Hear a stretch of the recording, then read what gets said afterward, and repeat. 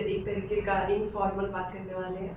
तो जैसे कि क्या है कि अभी तक क्या हुआ है कि सबने अपना एक्सपीरियंस शेयर किया है, तो बहुत सारे जो मेरे पास अभी तक फेसबुक हो गया या फिर लिंक्डइन हो गया, ये जो सोशल साइट है, यहाँ पे जो बच्चों के क्वेश्चंस आते हैं, मुझे डाउट्स आते हैं, तो मैंने अभी तक ये चीज़ एनालाइज की है कि 3 तरीके के जो क्वेश्चंस हैं वो स्टूडेंट्स के दिमाग में बहुत ज़्यादा रहते हैं। और वो क्वेश्चंस ऐसे होते हैं कि वो उनके डिसीजन आगे लेने और पीछे हटने को डिसाइड करते हैं। ठीक है, तो आज मैं उन 3 क्वेश्चंस के बारे में आंसर देते हुए अपनी जो इन्हीं 3 क्वेश्चन से मेरी जो लाइफ है, जो अभी तक की मेरी जर्नी रही है, वो इसी से मैच खाती है। तो मेरे लाइफ जर्नी से बहुत सारे लोगों की लाइफ जर्नी मैच करती होगी कहीं ना कहीं पे।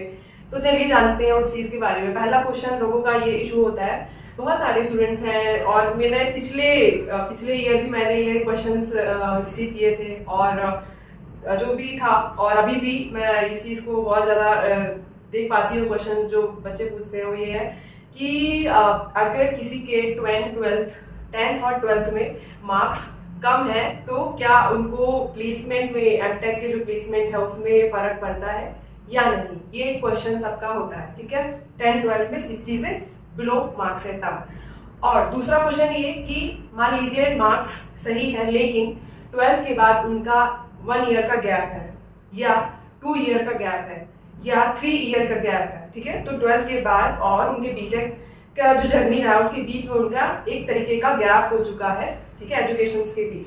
तो इस वजह से क्या होता है कि कंपनी लेती है कि नहीं एमटेक प्लेसमेंट में जो भी एमटेक में एडमिशन लेना चाहते हैं। और तीसरा क्वेश्चन ये है कि उन्होंने मार्क्स भी कम है हमारे, और 12th के बाद हमारा गैप भी है, और साथ ही साथ बीटेक के बाद भी हमारा गैप है। ठीक है, बीटेक के बाद भी 1 ईयर गैप हो सकता है, 2 ईयर गैप हो सकता है, 3 ईयर हो सकता है, 4 ईयर हो सकता है, 5, 6, 7, 8, 9, 10, 11। तो इस तरीके से उनके ईयर गैप हो सकते हैं, क्योंकि ऐसा भी हो सकता है कि बीटेक के बाद बहुत से बच्चे जो होते हैं वो बैंक, एसएससी और गवर्नमेंट जॉब में तैयारी करने लगते हैं, और अमूमन मतलब इतना सारा मेहनत करने के बाद उनको इंटरव्यू में या किसी अदर वो जो एग्जाम है उसमें 0.2 मार्क्स से रह जाना, ये सारी चीजें उन पे हो जाती हैं। तो अब वो सोचते हैं, अब तब उनको पता चलता है कि वो उस चीज के लिए नहीं बने हैं, उनको आगे जाना चाहिए, उनको एमटेक करना चाहिए, या फिर जो भी उनका डिसीजन हो सेटल होने का जिस तरीके का भी। तो ये सारी चीजें होती है। इस वजह से ऐसा भी होता है कुछ लोग जॉब करते हैं, जॉब करने के बाद उनको याद आता है कि हमें हायर स्टडी के लिए जाना है। तो बहुत सारे आपके जो सिचुएशंस हैं उन पे डिपेंड करता है कि आप आगे वाले टाइम पे क्या करने वाले हैं। तो हो सकता है कि आपने 10 ईयर 10 ईयर जॉब की, उसके बाद फिर आपका हायर स्टडी में मन लगे, या फिर आपने 3 ईयर आपने जॉब कर ली बीटेक के बाद, फिर आप जाना चाहते हो, या फिर आपका 3 ईयर गैप हो गया है प्रिपरेशन करने में गवर्नमेंट एग्जाम का, या 4 ईयर गैप हो गया है, 5 ईयर गैप हो गया। तो उनके लिए क्या है, उनके लिए एमटेक में प्लेसमेंट है या नहीं है, और ऐसे में एमटेक के लिए अलाउ करते हैं, और अगर एमटेक वाले एमटेक करने के लिए अलाउ कर दिए तो क्या प्लेसमेंट के लिए भी अलाउ होते हैं कि नहीं होते हैं। तो बहुत सारी यहाँ पे ये इश्यूज, ये 3 तरीके के क्वेश्चंस मुझे बहुत सारे अभी तक मिले हैं, और सबका आंसर मैं एक अपनी जो जर्नी है उसको एक्सप्लेन करके बताना चाहती हूँ। यहाँ पे मैं आपको बता दूँ कि अभी क्या है कि लास्ट डेट है पेमेंट का 31 जुलाई। ठीक है, और 30 जुलाई है, लेकिन 31 इशू वगैरह अगर है तो 31 जा सकता है। तो 30 जुलाई के पहले मुझे क्या करना है, मेरा जो इस वीडियो को बनाने का, इस वीडियो के पार्ट्स भी आएंगे, 1, 2, 3 ऐसे पार्ट्स हो सकते हैं। तो मेन जो मेरा एम है इस वीडियो को बनाने का वो ये है कि 30 जुलाई के पहले जो भी बच्चे अभी तक एनरोल नहीं किए हैं आपको अपने आप को कि किसी इशू, ये जो 3 क्वेश्चन है ना इसकी वजह से कि हमारे पास तो इतना गैप हो चुका है तो हमें करना चाहिए कि नहीं करना चाहिए, ऐसा ना हो कि हम करें फिर उसके बाद वहां पे एमटेक करने के बाद हमें जॉब ना मिले। तो बहुत सारे उनके मन में क्वेश्चन अराइव होते हैं जिसको किसी से कह नहीं पाते, और कह भी पाते हैं तो एक तरीके का एक प्राइवेट मैसेजेस होते हैं जिसके थ्रू कह पाते हैं। तो ये बहुत सारी जो दिक्कतें हैं ना, इसके लिए मैं बना रही हूँ ताकि वो अपने आप को एनरोल करें। और इससे भी एक बड़ी चीज है जो लोगों के रास्ते का जो एक बहुत ज्यादा बैरियर बनता है, वो ये है कि उनके फाइनेंशियल वीक होना।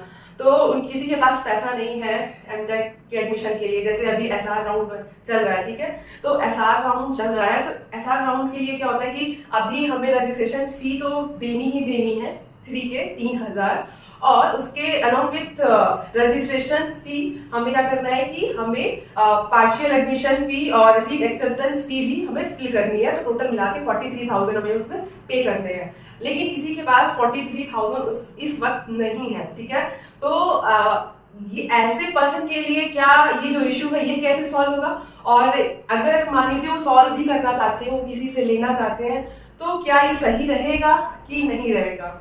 तो जो भी बातें हैं ये सब मैं इस वीडियो में बताने वाली हूँ, और जो भी आपके ये जो 3 क्वेश्चंस हैं इसका आंसर मैं अपने लाइफ से रिलेट करके दूंगी, क्योंकि देखिए किसी आंसर देना एक अलग बात है, और किसी ने उस चीज पे काम किया है, आज वो जहां पे भी है उस चीज को देख के तो आपको एक प्रूफ मिल जाएगा ना कि हाँ ये प्रूफ है।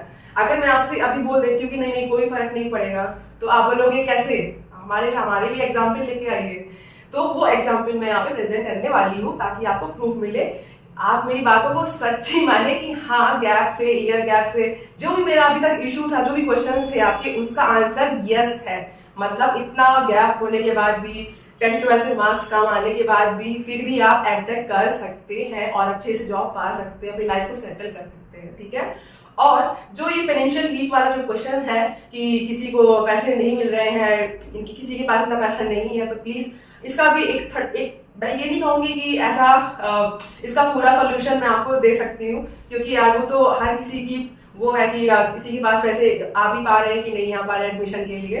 लेकिन ये जहां तक मेरी कोशिश ये रहेगी कि आप एक तरीके से कुछ ऐसा कोशिश करें, और मैं आपको उसके फायदे भी बताऊंगी जिसकी वजह से आप एक तरीके से पैसे का जुगाड़ करने में, एडमिशन लेने में आप एफर्ट भी दोगे।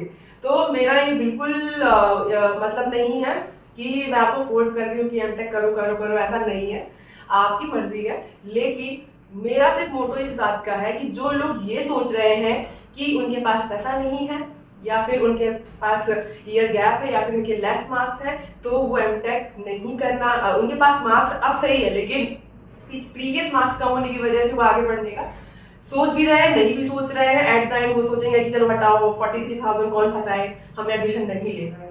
तो अगर मैं ऐसे लोगों की कुछ 1 या 2 लोगों की भी मदद कर पाती हूँ, जो 1 या 2 लोग भी ऐसे हैं जो उसमें एनरोल कर सकते हैं और अपनी लाइफ में आगे बढ़ सकते हैं, तो ये मेरे लिए बहुत अच्छी बात रहेगी, है ना।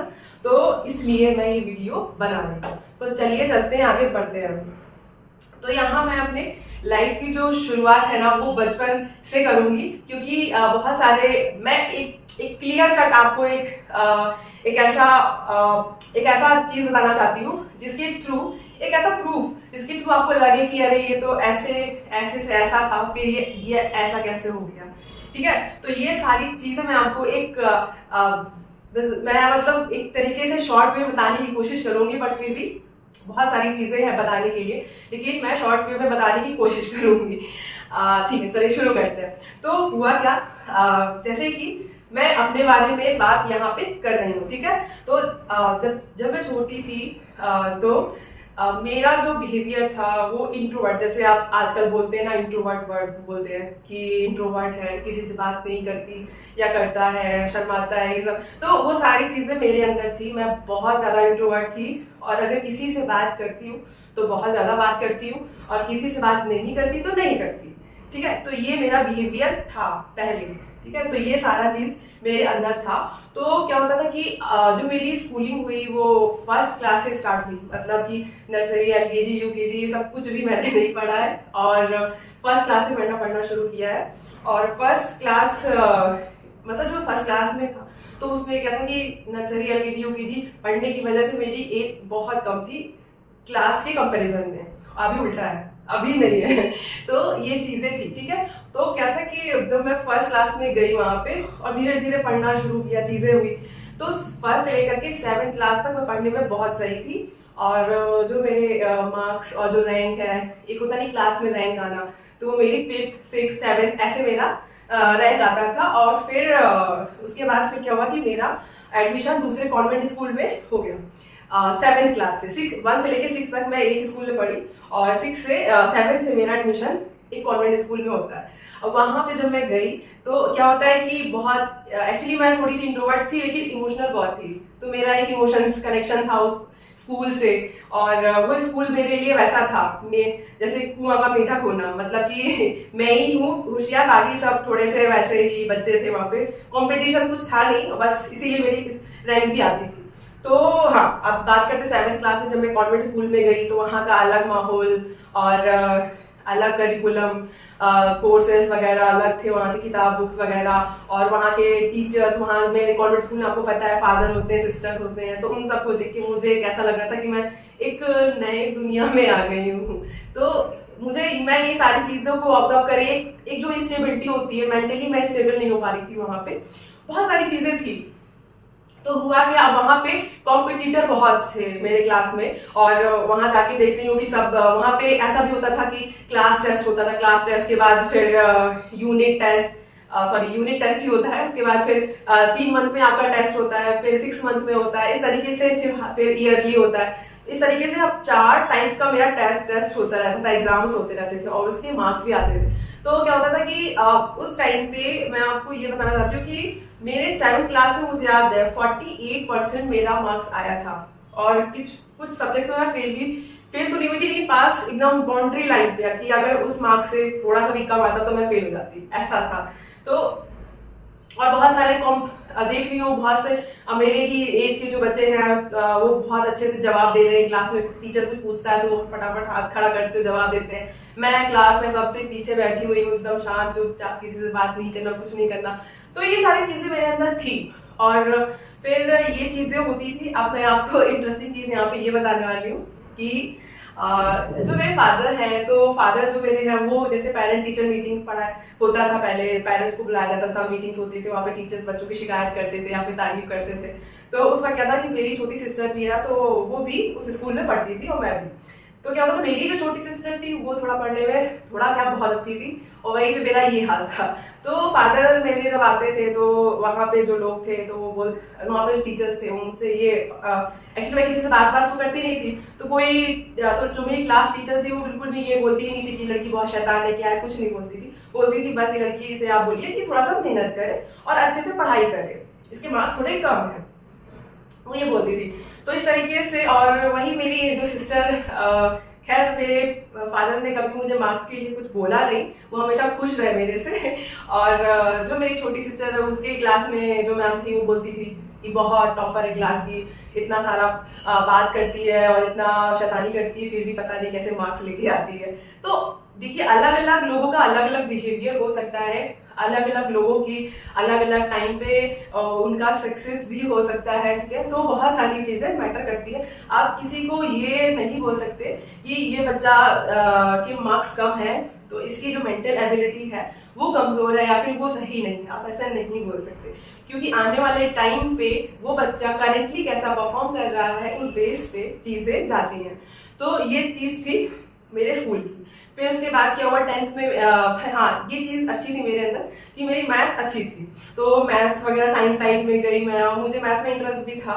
और फिर उसके बाद क्या हुआ कि 10th क्लास में कोचिंग लगता है लोगों का, तो कोचिंग वगैरह लगा, सारी क्लासेस ली। तो क्या होता था कि कोचिंग के टाइम पे मार्क्स बहुत टेस्ट होता था तो अच्छे लाना, लेकिन जो एक मेन मौका होता है जहाँ जिसको बोलते हैं एग्जाम, क्योंकि अगर आप एग्जाम में अच्छा परफॉर्म नहीं कर पाए तो आपके आस पड़ोस और आपके जो रिलेटिव्स हैं वो कॉल करके आपके माँ बाप से आपसे ये पूछेंगे कि बेटा कितने मार्क्स आए, अच्छा इतने कम है, अरे क्या किया ये, चलो कोई नहीं। तो ये सारे मार्क्स कम होते हैं तो वो हमें एक इंफीरियर फील कराने की कोशिश करते हैं, ठीक है। मैंने क्या किया था कि पूरे साल कोचिंग में बहुत बेस्ट परफॉर्मेंस दिया और परफॉर्म किया।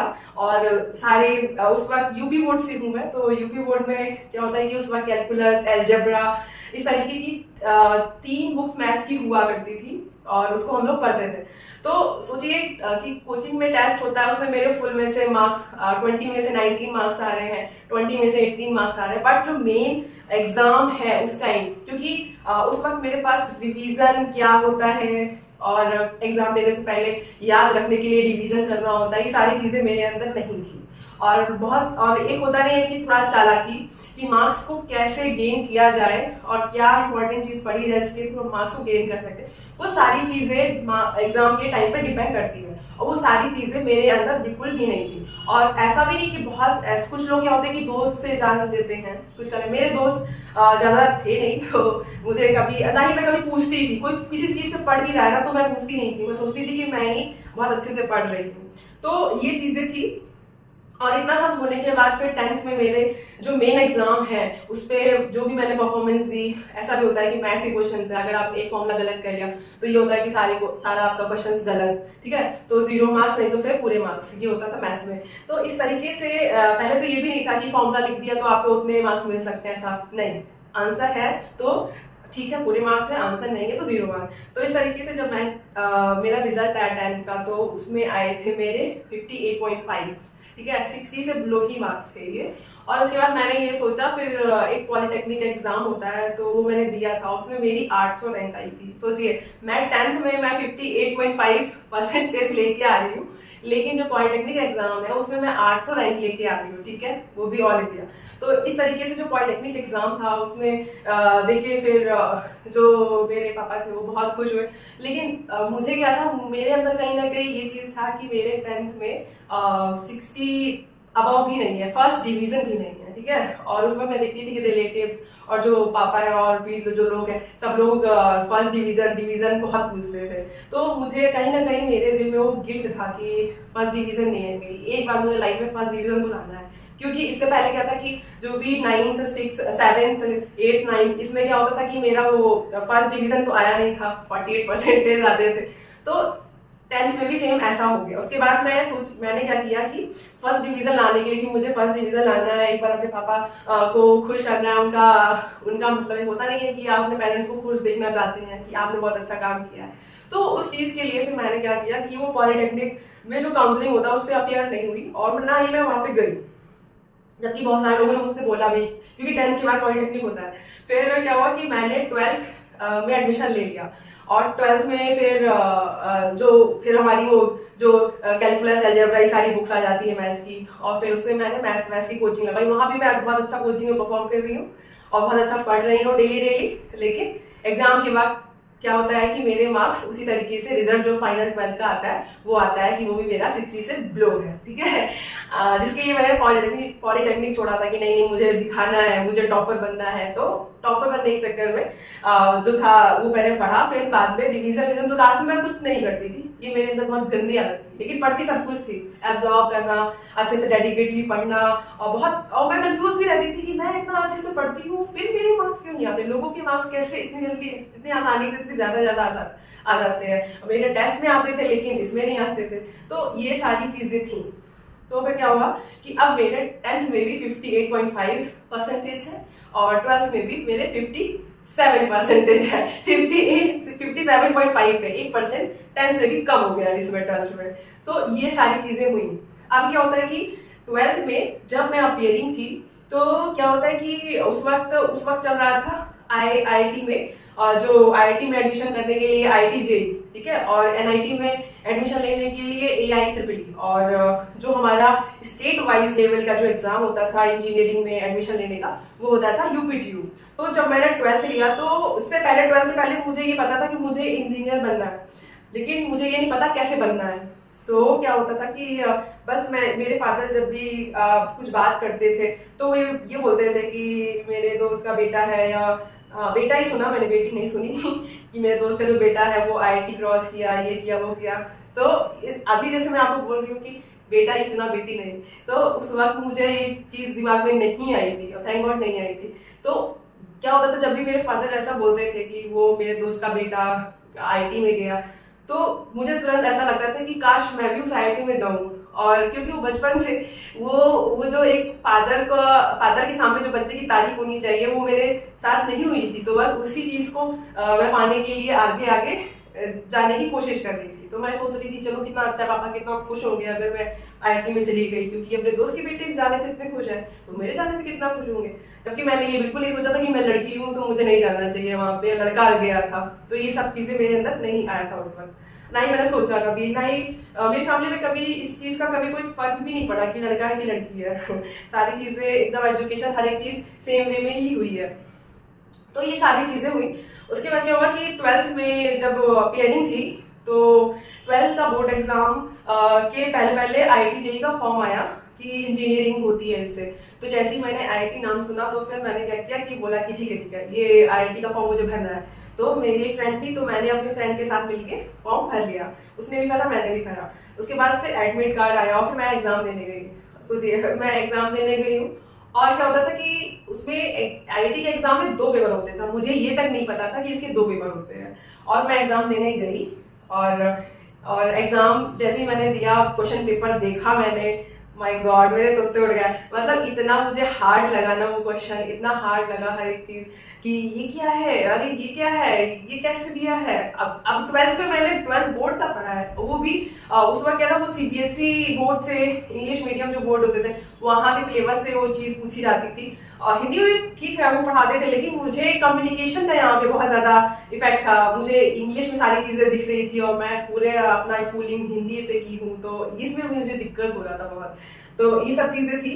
फिर उसके बाद मुझे कुछ समझ नहीं आया कि मुझे क्या क्या है क्या नहीं। और फिर मैंने एक पेपर दिया और फिर उसके बाद मैं घर आ गई।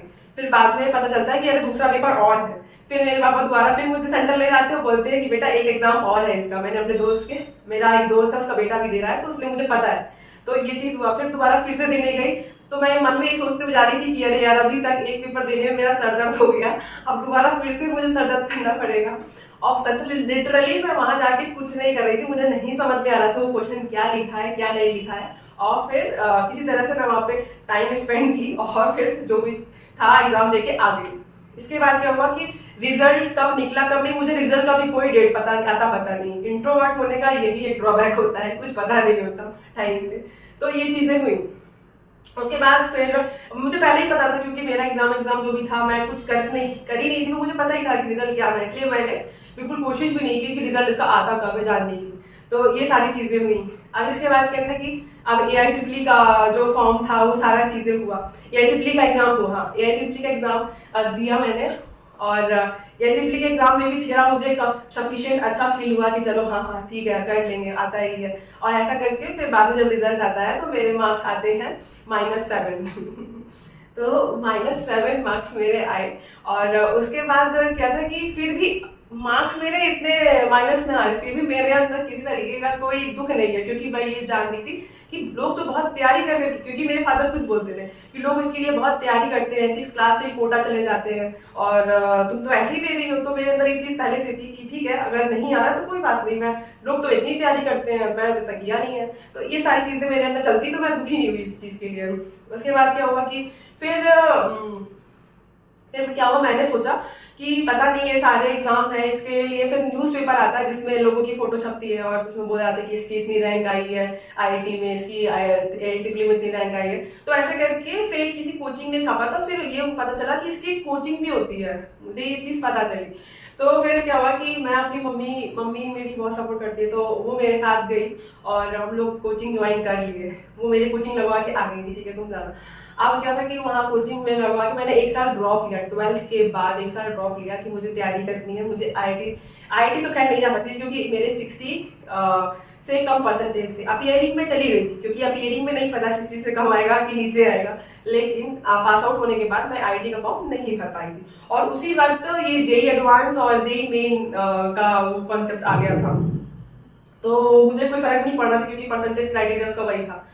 बट मेरे पास एक चांस था AIEEE का, तो AIEEE में 55% चाहिए होते हैं, तो इसलिए मैं उसका फॉर्म भरी और वो NIT के लिए होता था उस वक्त। तो क्या हुआ कि उसका एग्जाम दी, फिर मेरे -7 जो मार्क्स थे उससे इंक्रीमेंट होके मेरे 23 आए मार्क्स। ठीक है, अब कितने में से आए मुझे नहीं पता, लेकिन 23 आए, मुझे अभी तक याद है।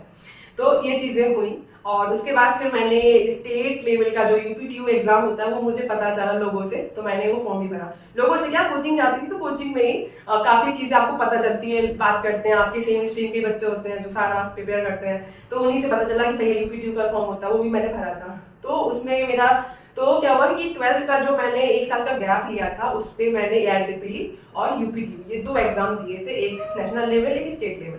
तो स्टेट लेवल वाले एग्जाम में जो था वो मेरा 56,000 रैंक आया था। तो ये चीजें हुई, बट मैंने जब सर्च किया, बहुत सारे लोगों से पूछा, तो पता चला कि 56,000 में रैंक में आपको प्राइवेट इंजीनियरिंग कॉलेज मिलेंगे, गवर्नमेंट इंजीनियरिंग कॉलेज नहीं मिलेंगे।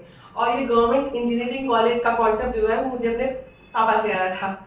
मेरे फादर बोलते थे कि गवर्नमेंट इंजीनियरिंग कॉलेज बहुत अच्छे होते हैं, वहाँ के पढ़े हुए बच्चे बहुत अच्छे होते हैं, मेहनती होते हैं, और बहुत सारी चीज़ें थी। तो मुझे लगता था कि हाँ ठीक है, अगर आईटी नहीं मिला तो कोई नहीं, एनआईटी भी नहीं मिला तो कोई नहीं, लेकिन गवर्नमेंट इंजीनियरिंग कॉलेज तो मिलना चाहिए। तो अब ये चीज़ें थी। तो अब क्या था कि मेरे अंदर ये माइंड में था, तो इसीलिए फिर मैंने 1 साल और ड्रॉप लिया। मैंने कहा नहीं, मुझे 1 साल अपने, और ये सब मैं ड्रॉप जो ले रही थी ये मैं सेल्फ स्टडी और कोचिंग वाला ही था, वो लोकल कोचिंग मेरे घर के पास में ही थी। तो मैंने 1 साल का और ड्रॉप लिया और मैंने ये सोचा कि मुझे अच्छे से गवर्नमेंट इंजीनियरिंग कॉलेज में जाना है। तो उसके बाद फिर क्या हुआ कि जब 1 साल का ड्रॉप मेरे दूसरे वाले साल के ड्रॉप में जब दूसरी बार मैंने स्टेट लेवल का जब एग्जाम दिया, तो क्या हुआ कि उसमें मेरे फिर 23,000 मेरे रैंक आई, जिसको मैंने बोला था कि मेरा लास्ट चांस है और मुझे इस हालत में क्योंकि 2 साल के बाद मैं ज़्यादा गैप नहीं कर सकती थी। 2 साल, इवन बहुत अच्छी फैमिली है मेरी जो 2 साल भी मुझे टाइम दी, क्योंकि कहीं कहीं ऐसा भी होता है कि ये भी टाइम नहीं दिया जाता और बच्चे सफर करते हैं। तो इतना हुआ। उसके बाद क्या हुआ कि गवर्नमेंट कॉलेज मुझे की होड़ चाहने की होड़ थी कि मुझे गवर्नमेंट कॉलेज मिले। बट जब 23,000 मेरा रैंक आया तो उसके बाद फिर मुझे पता चला कि अरे अब तो, क्योंकि गूगल में उस वक्त गूगल आ गया था, नेटवर्क थोड़ा, तो सर्च किया मैंने और देखा तो उसमें ये मुझे गवर्नमेंट एग्जाम की जो रैंक होती थी उसको मैंने सर्च किया, तो उसमें ये होता था कि गवर्नमेंट एग्जाम जो है वो 4,000 rank, 2,000 rank, 3,000 rank, 6,000 rank, 5,000 rank पे मिलेगा, उससे ज्यादा वाला मैंने नहीं देखा था। तो क्या होता है कि गूगल सर्च करने पे वेबसाइट में डिफरेंट यूपीटीयू के वेबसाइट में ये सब चीजें दिखा रही थी, लेकिन मेरे अंदर ये बिल्कुल भी ये भावना नहीं आई कि मुझे एक बार ऑफिशियल वेबसाइट में जाके रैंक पता करना चाहिए। ठीक है, तो ये सारी चीजें हैं। तो इसीलिए जैसे अभी सेम टू सेम एमटेक में गेट स्कोर हाई दिखाते हैं कि 700 वाले को एनआईटी जयपुर मिला या फिर एनआईटी वारंगल मिला, तो ऐसा नहीं है। ठीक है, 500 वाले को भी एनआईटी जयपुर मिल सकता है। ठीक है, तो इस तरीके से वहां पे था मेरे साथ। तो मैं बहुत ज्यादा डिप्रेस हो गई क्योंकि मैंने 2 इयर्स लगा दिए थे और तब जाके मेरी 23,000 रैंक आई थी। तो सोचिए, तो मैं सोची कि अब मेरा जो है वो जब मेरा जो कॉलेज है वो गवर्नमेंट कॉलेज मुझे नहीं मिलेगा। फिर बाद में क्या हुआ कि यहाँ पे मैं अपने फादर की बहुत ज़्यादा शुक्रगुजार रहूँगी कि मेरे फादर ने मेरा यहाँ पे बहुत साथ दिया, और उनको पता था कि मेरी बेटी इतना पढ़ने में अच्छी नहीं है, और जो भी खैर पता होगा कि नहीं मुझे नहीं मालूम, लेकिन वो हमेशा से देखते आए हैं कि मेरे मार्क्स 48 आ गए हैं, मेरे मार्क्स 58 आए 10th में, 12th में उससे भी 1% कम हो गया। इतने होने के बावजूद भी वो, मैं कितने भी फॉर्म भरती थी, वो हमेशा छुट्टी लेके मेरे लिए, अपने ऑफिस से छुट्टी लेके मुझे साथ लेके एग्जाम दिलाने जाते थे। और वो सर्दी का मौसम होता था, वो गर्मी का मौसम होता था, हर मौसम में मुझे जाते थे अपने साथ लेके एग्जाम दिलाने। तो स्ट्रगल था, माँ बाप का होता है। तो इस तरीके से ये चीजें हुई। और हाँ, मैं कहाँ पे थी, तो ये जब इतना सब कुछ एग्जाम दिया, मैंने सारी चीजें मेहनत की, और 2 साल बाद फिर मेरा ये हो रहा है कि इसमें तो प्राइवेट कॉलेज, क्योंकि ये मैंने सर्च किया था, ये मुझे रियलिटी नहीं पता थी, जो आजकल हर बच्चे के साथ भी यही सेम चीज है, वो लोग ही सर्च करते हैं और फिर रियलिटी कुछ और निकलती है। तो ये सारी चीजें हुई मेरे साथ, तो मैं डिप्रेस हो गई, बिना काउंसलिंग कराई मैं डिप्रेस हूँ। अभी काउंसलिंग का डेट नहीं आया, मैं डिप्रेस हूँ कि मेरे साथ क्या हो गया, और मैंने 2 साल लगाए, तो मैं इतनी गधी लड़की हूँ क्या, और 2 साल बाद भी मेरे इतनी रैंक आई है जिस हिसाब से मुझे प्राइवेट कॉलेजेस मिलेंगे इंजीनियरिंग, और मुझे इंजीनियरिंग प्राइवेट कॉलेजेस में नहीं जाना था, ये चीज मेन रीजन था। तो क्या हुआ कि इसके बाद सारी चीजें हुई, तो काउंसलिंग का डेट आया, फिर काउंसलिंग में हम अपीयर हुई, तो फर्स्ट राउंड में मुझे PSIT कानपुर मिला कॉलेज, और उस वक्त ही ये जेई मेन एडवांस चला था उसी साल, और ऑनलाइन काउंसलिंग का भी ट्रेंड उसी साल से शुरू हुआ था कि ऑनलाइन काउंसलिंग भी होता है ऐसा कुछ, ऑनलाइन आपको कॉलेज प्रेफरेंस लिस्ट डालना था, तो ये सब उसी साल शुरू हुआ था। तो मैं यही सोचती थी कि मैं जिस जिस ईयर में होती हूँ सारे नई चीजें तभी होनी होती है क्या, ऐसा भी मैं सोचती थी उस वक्त। तो ऑनलाइन था, तो फिर साइबर कैफे में गई, अपना प्रेफरेंस लिस्ट डाला मैंने, और सारे मैंने गवर्नमेंट जॉब के लिए गवर्नमेंट कॉलेजेस की लिस्ट डाली थी।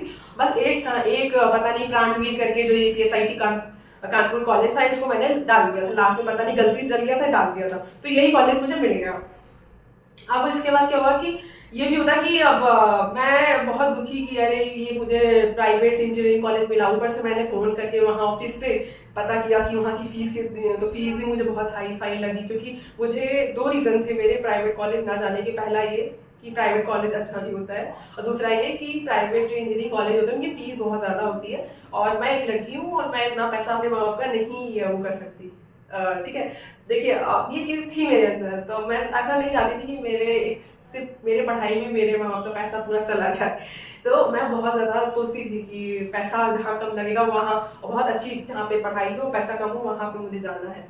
तो ये सारी चीज़ें थी। तो गवर्नमेंट में जाने का एक ये भी रीज़न था कि कम फीस होगी वहाँ पे। तो फिर क्या हुआ कि काउंसलिंग का ये फर्स्ट राउंड था, मुझे PSIT मिलने के बाद फिर मैं और डिप्रेस हो गई कि क्या होगा क्या नहीं। तो मेरी मम्मी बोलती कि नहीं नहीं तुम्हें गवर्नमेंट कॉलेज मिलेगा। मैंने उनको बोला कि मम्मी अब मेरा प्राइवेट कॉलेज मिल गया है, अब कैसे चेंज होगा, अब चेंज नहीं हो सकता। तो फिर मेरी मम्मी बोलती है कि नहीं नहीं सब चेंज होगा और हो जाएगा तेरा, हो जाएगा। उनको पता नहीं है कि सेकेंड राउंड होता है कि थर्ड राउंड, उनको भी नहीं पता, ना ही मुझे पता, बट मेरी मम्मी बोली कि हो जाएगा। और मम्मी लोग का तो होता ही है, वो पूजा पाठ करती रहती है, तो काफी उनका भी आशीर्वाद होता है कि उनकी भी जो पॉजिटिव वाइब्स होती है एक पूजा पाठ वाली वो लगती है बच्चों पे। तो जो भी हो, इसके बाद क्या हुआ कि फिर जब मैं वहाँ पे गई, अपना एक तरीके से एक सीट एक्सेप्टेंस फी जो है, जैसे अभी हम टेक काउंसलिंग में भर रहे हैं वैसे ही वहाँ पे भी सीट एक्सेप्टेंस फी होता है, उसको देने गई। और पापा थे मेरे उस वक्त, पापा ही सब कुछ करते थे, ले आते थे मुझे। तो वहाँ पे गए और फिर मेरे पापा, क्योंकि मैं बहुत डिप्रेस थी, मैं एक रूम में बंद हो गई, मुझे बाहर निकलना, एकदम पापा को फेस करना, क्योंकि मैं उनको बहुत परेशान कर चुकी थी, यहाँ वहाँ फॉर्म भर रही हूँ, कहीं भी जा रहे मेरे साथ, बहुत परेशान हो रहे हैं। तो ये सारी चीज़ें थी, तो मैं उनको फेस नहीं कर पा रही थी। तो ये बात मेरे पापा बहुत अच्छे से जान रहे थे कि मैं उनको फेस नहीं कर पा रही हूँ। तो उन्होंने क्या किया कि जो काउंसलिंग एक लेडी कर रही थी, टीचर्स थी वो, तो पापा ने उनसे बोला कि मेरी बेटी को क्या सरकारी कॉलेज नहीं मिल सकता। तो उन्होंने बोला कि मिल सकता है, क्यों नहीं मिल सकता, आपकी बेटी की रैंक कितनी है। तो उन्होंने बताया कि इसकी 23,000 रैंक है, 20,000 के लगभग। तो बोली कि अरे बिल्कुल आराम से मिलेगा, मिल जाएगा। तो बोली कैसे, अभी तो इसको प्राइवेट मिला है। उन्होंने बोला कि सेकेंड राउंड में भाई साहब काउंसलिंग होती है। तो तब जाके मुझे ये चीज़ पता चली कि काउंसलिंग में भी सेकेंड राउंड होता है, थर्ड राउंड होता है। तो फिर बाद में फिर सेकेंड राउंड के लिए जब मैंने अपियर किया, तो मुझे एक गवर्नमेंट कॉलेज मिला जिसका डॉक्टर AITH कानपुर। तो ये था मेरा बीटेक तक का जर्नी। तो इस तरीके से मुझे जब गवर्नमेंट कॉलेज मिला तब जाके मेरी खुशी हुई और मुझे अच्छा लगा। और फिर मैं बहुत ज़्यादा एक्सपेक्टेशन पाने लगी कि बस अब मैं होता नहीं है कि आप इमेजिनेशन करते हैं कि आप एकदम गवर्नमेंट कॉलेज में जाते हैं तो बहुत ही अच्छा बिल्डिंग आपको दिखता है, एकदम मस्त बिल्डिंग है और बहुत अच्छे अच्छे लोग हैं, प्रोफेसर्स हैं, टीचर्स हैं और एकदम मस्त आप अच्छे से पढ़ रहे हैं, ऐसा करके सपना। और फिर पैकेजेस आपके 2-2 करोड़ के लग रहे हैं, क्योंकि न्यूज़पेपर में हम लोग देखते हैं कि 2 करोड़ का पैकेज लगा इसका, ये वो। तो ये सारी चीज़ें थी। तो मैं अपने रिलेटिव से बोलती थी कि अब तो मेरा 2 करोड़ का पैकेज लगेगा, मुझे ऐसे जगह, मैं अच्छे कॉलेज में जा रही हूँ, बहुत सारी एक्सपेक्टेशन मैंने अपने आप से पाल ली थी। और फिर जो इसके बाद चीज़ें हैं वो मैं बिल्कुल डिस्कस करूँगी आपसे, और वो नेक्स्ट वीडियो में करूँगी। अभी के लिए मैं बहुत थक गई हूँ, इतना ठीक। तो ये थी मेरी 12th के बाद 2 साल जो गैप था उसकी जर्नी के बाद ये बीटेक तक का सफर। अभी बीटेक इन ड्यूरिंग बीटेक क्या होगा वो चीज़ें भी मैं आपको शेयर करूँगी, बताऊँगी, ठीक है। और ठीक है, तो नेक्स्ट पार्ट में मिलते हैं।